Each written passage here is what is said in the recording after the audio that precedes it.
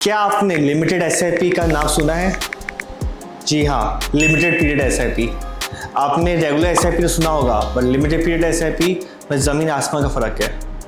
For example point of view से, अगर आप 10,000 रुपये की एसआईपी करते हो 30 साल तक और अगर आपको 12% रिटर्न मिलता है तो आपने 36 लाख रुपये आप इन्वेस्टमेंट कर रहे हो और आपको ऑलमोस्ट 3 करोड़ 8 लाख रुपये मिलेगा। बट यही मैं आपको बोलूं कि आपको 30 साल तक एसआईपी नहीं करनी है, आपको सिर्फ 10 साल तक एसआईपी करनी है और 20 साल तक वेट करना है, तो आपको ऑलमोस्ट उतना ही पैसा 3 करोड़ 40 लाख के आसपास मिलेगा। तो कैसा लगा?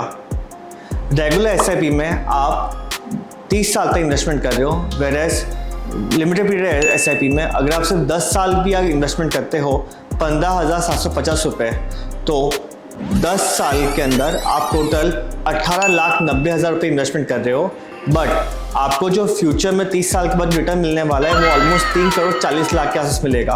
तो कहाँ 36 लाख रुपये का इन्वेस्टमेंट रेगुलर एसआईपी में और कहाँ पे 18,90,000 का इन्वेस्टमेंट। समझदार आप है, आपको कौन सी एसआईपी करनी चाहिए, लिमिटेड पीरियड एसआईपी या रेगुलर एसआईपी? आप हमें कमेंट करके बताइए और कुछ भी क्वेरी और फाइनेंशियल वेल्थ पे कॉन्टैक्ट कर सकते हैं। Thank you.